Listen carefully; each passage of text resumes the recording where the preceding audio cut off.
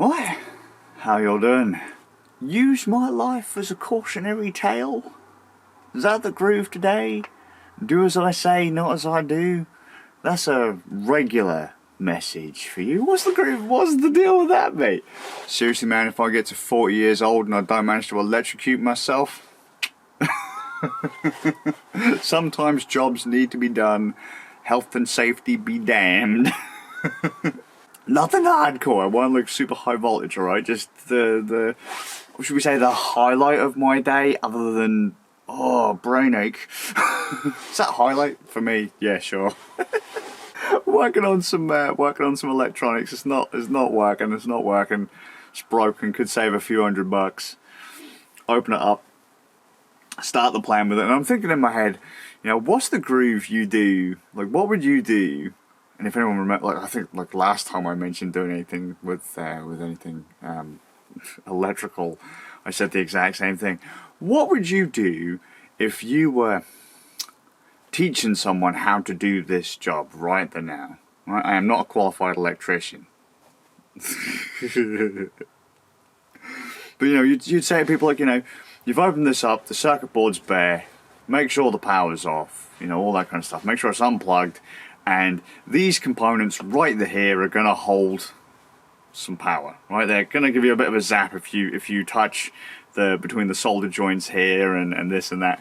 And just don't touch them. You can bridge them with a screwdriver and get any of that residual out there. Just don't touch them with your hands, because you'll get a nice fizz from them. And within a few minutes of thinking of that myself, bridge a couple, fine. Bam! Hand on the board, lovely fucking fizz from it. Oh, it was just a fizz. I just got a fizz, man. But like I said, do what I say, not as I do. But then again, the groove for today's vlog would be, if you want to be successful in life, depending on how you measure success at least, don't be like me. Because I've been having this conversation on and off now over the last few days. Well, for a fair time, as I often do. Conversations roll round and repeat over and over and over again. And I said it in yesterday's vlog, I think, that basically the idea is that I can have 1,000 ideas, and I can give you those ideas, and it's up to you to put them into the world and get the stuffs done, kind of thing. That's not my job. If it's not something I'm capable of doing, and you are, the idea is yours. And we've just been having this conversation, a bunch of creatives kind of getting together, and we're saying, most people I know have no confidence. I have no confidence. I radiate confidence like a supernova, almost like a way to trick the world into thinking I'm supposed to be here. Right? And these conversations just roll around. We're not good enough, but we've got all these ideas, blah blah blah blah blah. And then today, my youngest spud on the way to school kind of chimes in, because my boys, bless them, they want me to be famous. They wish we were famous, kind of thing. Maybe not, but they wish I wasn't so hard on myself and that I actually show people what I was capable of doing. But I don't really want to. I'll always say, man, dude, I suck. I ain't ever gonna get to where you guys want me to be. I'm trash. And they're like, nah, don't talk like that, Dad. It's not true. It's not a thing, It's because... What was it? I can't remember the saying. Something like, if you can't something, you teach. If you can't do, you teach, or something like that. That's me, And my youngest son just basically chimes in, and we went on to this kind of tangent of, what if you had an idea that was life-changing, world-changing? Would you be willing to part with it if you didn't have the ability to bring it to the world in a way that it would reach its full potential? Would you be able to give that away, or would you clutch onto it and strangle it, potentially put it out there yourself and give it this half-assed thing where it just gets a really terrible response because you just didn't have the skills to push it out there? Would you be willing to let the idea go? Would you be willing to give the idea to someone else who you think is capable of pushing it forwards? My answer is always yes. If I don't have the skills to make something happen, no matter how much I cherish the idea, if I don't have the skills, then it's not for me. If I know someone that can do the job, that could benefit them and the project, they should have it. What if the person takes the idea and they become fucking rich from it? Well, so what? But what if they become like mega famous and they don't credit you for it at all? It's not that big of a deal, really. I mean, what was the last one? What if you ended up living in poverty and, like, you know, you're on your last legs, you're on your deathbed, no one knows who you are, even though it was your idea behind the big thing that kind of changed everything, or this big project that made your friend or whoever a millionaire or whatever. You know, how would you feel? And I was like, happy. Like, I don't need credit. You shouldn't need credit. The idea that the groove, that the idea was realized to its fullest, should be the reward for you. You know, that you get to see your vision bloom should be it. That should be the reward. That should be the most important thing to you. Not what it does for you, but that you know that it's potentially positively impacting, you know, hundreds of thousands, millions of people. Like, even just 10 people, 20 people, you know? You could come up with something really niche that makes just a handful of people's lives better. That should be enough. You don't need credit for it. I'm the same with when I deal with people of religion, and we start chatting heavenly rewards for doing the right thing. Now, I believe in justice more than the law, even though I've had a bit of a rough time of it. I am very rough around the edges. I'm not the easiest person in the world to deal with. My moral code means more than anything else. Right? Like, I cannot stand unfairness. But I can't stand whining just because someone thinks something is unfair. Right? I'm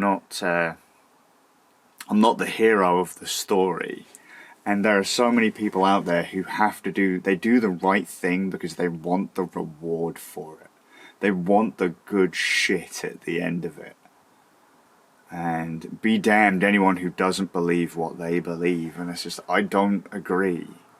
I disagree. I don't need a pat on the back or a reward to do the right thing. I mean, depending on what you consider the right thing to be. For me, the ultimate reward at the end of it is I can be forgotten. That's fine. But if my being kind to someone, if my doing the right thing positively impacts one other person, who then positively impacts another person, who impacts another person, and another person, to me that's almost my afterlife. That's my groove.